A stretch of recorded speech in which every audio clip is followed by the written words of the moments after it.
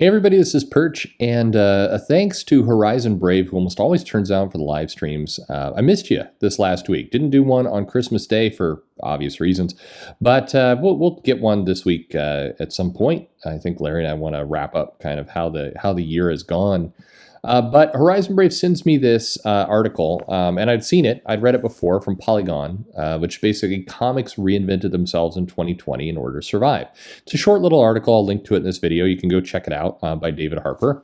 And what's interesting about this article is first off, there's nothing that's inaccurate in this article, although it's interesting to read it because it does kind of identify, I think, some of the problems of the comic industry. And that the biggest problem is the comic industry doesn't really know what it is.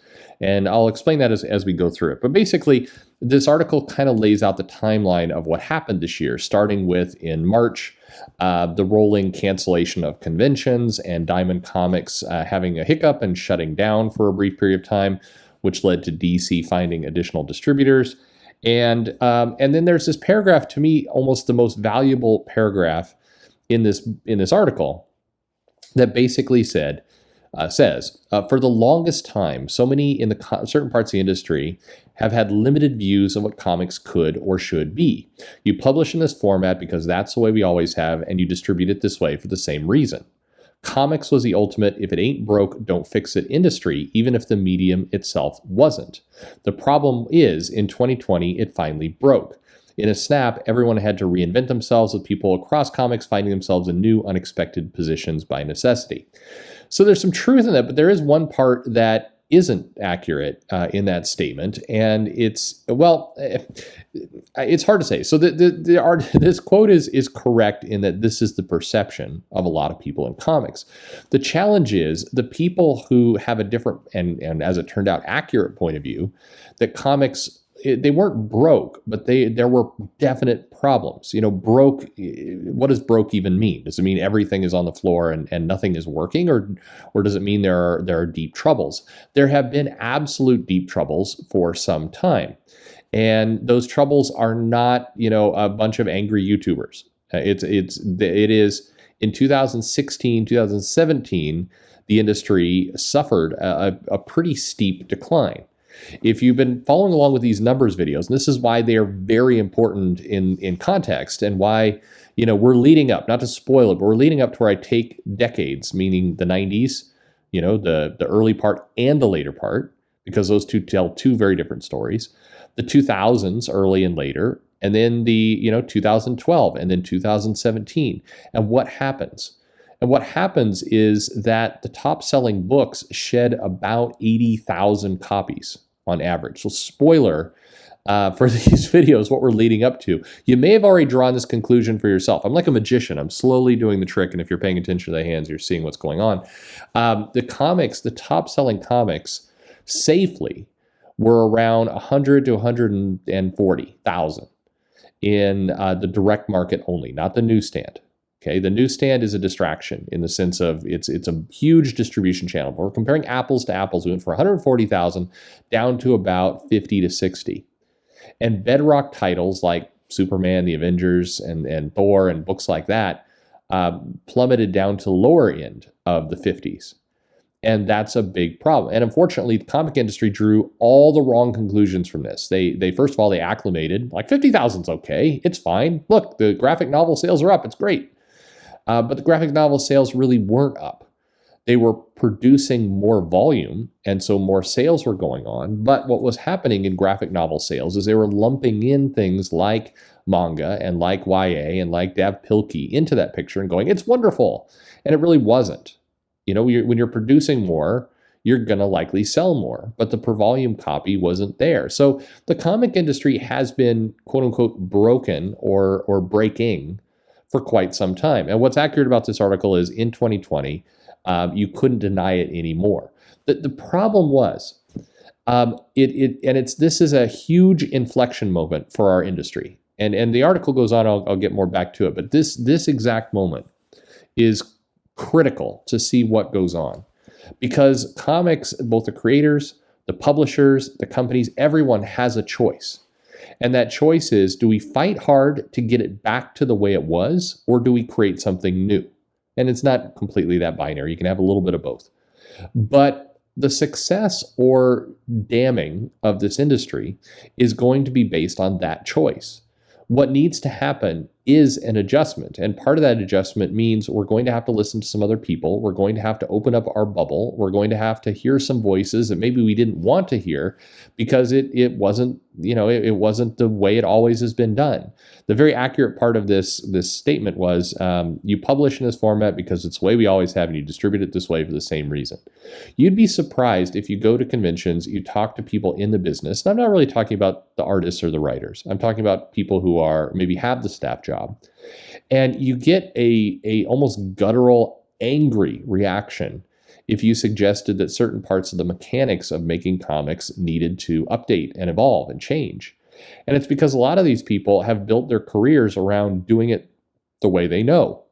And by failing to, escape beyond that, they put themselves in the trap. And a lot of them know it. And so their desperate goal every single day is to keep themselves exactly where they are, where they're relevant, because they don't want to learn new tricks. They're afraid that if they learn new tricks, they're going to get displaced by younger, smarter, different people. And that is what's ironic about this, and I'll just say this part, is that inside the comic industry, there's a belief at the big two of, we've got to get rid of these old, stodgy, these dad and mom, these old superheroes, and we got to bring in new, fresh, diverse, characters to appeal to a bigger audience. Okay, sounds great. However, at the same time, we must keep our industry as closed as possible and not bring in diverse ideas and thoughts and real changes to the industry. We've got to keep it the way it is. And I'm not talking like, hey, we're going to, include a different rainbow of people who are doing it. People are fine with that. But in terms of actually doing the job differently, introducing diversity to how you do things, no, absolutely not. Don't change anything. This is the way it's been done. Don't you know it's the way it's been done? Hey, the guy calling the shots he's a 35-year industry veteran. We got to listen to him. Like I half expect Bob Harris to just show up. I have nothing against Bob Harris, nice guy, everything else. But part of the problem comics has had is rather than update their tricks, they continue to go into the same mix. So sorry, I got off on a bit of tangent to this article, but that it's relevant to this entire article because it's kind of the premise on which it was built. So the discussion kind of wanders on to what happened in March and kind of the scrambling. It talked about comic creators embracing things like Zoom and different platforms. They talked about Webtoons, Comixology Unlimited. So parts of this sound fine. The digital cons have dramatically underperformed by numbers. I think they're a terrible viewing experience, but in terms of the attention they get, my channel gets a lot more hits to videos than many things with people who are legends in this industry who should get way more attention than me. So they haven't figured that out yet. And Webtoon is great. So some things are going on there. Comixology Unlimited hasn't seen the big bump that it hoped. But it talks about creators trying a number of things. James Tinian doing razor blades, Donnie Cates doing the one you feed. Panel Syndicate, by the way, is a great idea that again is missing the mark. It's not finding its footing. It needs to be rethought through. What's interesting, they talk about a host of big name creators turning to Kickstarter, in particular Scott Snyder, Jeff Lemire, Kyle Higgins, and this created a biggest year yet for Kickstarter, which is fine, but it's kind of neglecting what was the biggest part of Kickstarter, and that was Keanu Reeves. But sure, let's just leave that one off of here. That's where the article, I think, starts really well, and then the second half stumbles a little bit. It talks about a lot of things people did, but it continues to want to heavily lean into the people and the way things have always been done. And it's neglecting to mention the things that really did kind of shake the industry. They talk about TKO Studios, bad idea, AWA. Bad Idea had a terrible rollout marketing campaign. That's fine. They're putting stuff out. TKO has some good content, and I'm going to put as much love to AWA Studios as I can next year, just as an experiment. We're going to see how that works. And then they talk about Twitter campaigns of creators for comics, how it raised over $400,000, which was awesome. It's nice that money was raised, and it shows a definite interest in the comic industry from people. And then this last section, and it paid off. Here's where I think this is jumping a little bit to the wrong conclusion. And I think the article writer is aware of that to some extent. Talks about graphic novel sales recovered well. John Jackson Miller at Comic-Con noted that September orders from comics were up dramatically. It's great. Comic shops have weathered the storm. Okay. And then it does go into the fact that Dab Pilkey and Dogman is beating the living shit out of everything, that this is a monster. But then the second paragraph, the all ages audience as a whole was a monster, with stalwarts like Scholastic Graphics and First Second had big ears, and Random House Graphic debuted the Dynamic Lookup. So I'm going to do some show the numbers videos for old Random House coming up, because I hear tons in the industry about how Random House is a house of fire, as Jim Ross would say, that it's definitely getting lots of sales and everything is going absolutely amazing. Except, you plug that stuff into the old sales calculator on Amazon, and DC's beating it with a lot of their YA stuff. And if you remember the earlier video, DC's YA stuff was getting its ass handed to it by like everything. So, okay. It does note manga continues to soar. Yeah. And Webtoon is growing rapidly. That is absolutely true. We talked about layoffs. We've talked about, so this article has some interesting stuff to it. The big thing though is that it talks about that's exactly why the story of comics in 2020 isn't one of disaster. It was one of resilience, a perseverance, and most of all, reinvention. So it's that last sentence, that last part of that sentence that I really want to believe. Is it about reinvention? Are we getting reinvention, or are we getting a let's get back to normal? I've heard a number of comic creators pining for, as soon as we can get the conventions back, I can't wait. We're going to have literally big name creators talking about when the conventions come back, we're going to get super loaded and have a giant sex party. It's like, okay, welcome to your a bleeding cool headline in the future. But at any rate, I still don't feel like it's learned the right lesson or it learned a lesson. I think it's learning a lot of still the wrong lessons. It's this attempt mentally to kind of put things back in the box. It's an attempt for a lot of people to say, I still want to be in control and in charge of this industry. I still want to run it and own it.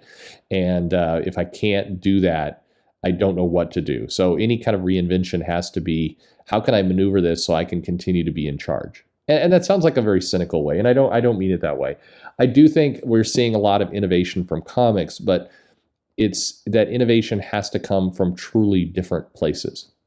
Very, very different places. We've got to learn, we've got to start to throw away some of the rules. And more importantly, I think the comic industry has to start trusting and relying on data. This article mentions John Jackson Miller. Here's a guy who does Comic-Con, does really reasonable analysis, put some great numbers down here. Somebody, meaning Marvel or DC, should give that guy a consultant credit to come in and do some analysis for them and say, hey, here's what your stats and your history shows you. You should do this. Here's some data. Like, this industry is in desperate need of real, tangible data, not feelings, not emotion, not, I kind of would like to do this if I could, none of that, but actual hard data. That's what this industry desperately, just absolutely desperately needs. And instead I see those people largely, at best kind of patted on the head, often ignored, or you don't really know what's going on. You're right. Like, the same thing can be said for me. I do this analysis. I've offered, and frankly, it's somewhat of a secret. At least one small company took me up on the offer, and I did a bunch of analysis for them. and hopefully it helps. But there is, we don't know. I don't know. John Jackson Miller, we don't know everything that's going on behind the scenes. Absolutely, we don't know. That's kind of irrelevant. Just because we don't know everything going on behind the scenes doesn't mean that data and is going to help you to evolve in the future. As this article says, as this article kind of points out, reinvention is necessary. To reinvent, you're going to have to get some new perspectives. You're going to have to get some new data, or any data for that matter. And the argument of you don't know what's going on inside our house. I mean, for some of us, that's a good thing. Like some of us don't want to know, but I would counter that by saying, well, yeah, but increasingly the publishers don't know what's going on outside your house. You're too myopic, you're too inwardly focused, and you need to branch out. Anyway, it's a good article. Thank you, Horizon Brave, for sending it my way, and I had read it, and it's an interesting one. I think it is, people are trying new things. Frankly, with the kind of the devastating impact of this year, much more new things need to be done. We're not moving aggressive enough. Not remotely aggressive enough, and some more action needs to occur. So it's going to take a change of perspective, though, a very, very big change in perspective. Anyway, it's an interesting picture, and there is a lot of very, very, very misleading information out there, particularly around YA and places like Random House and some of these other stuff. It's like who's succeeding and who's not. It's because people really want a better answer than Dav Pilkey's taking all the money. I get it, but Anyway, what do you think? Like I said, I linked the article to the video, so you can see it there. Check it out. Otherwise, like and subscribe. Follow me on social media, emails there. I don't answer email very well at all. I'm sorry about that. Maybe that'll be a New Year's revolution. Resolution. Who knows? Anyway, thanks for listening.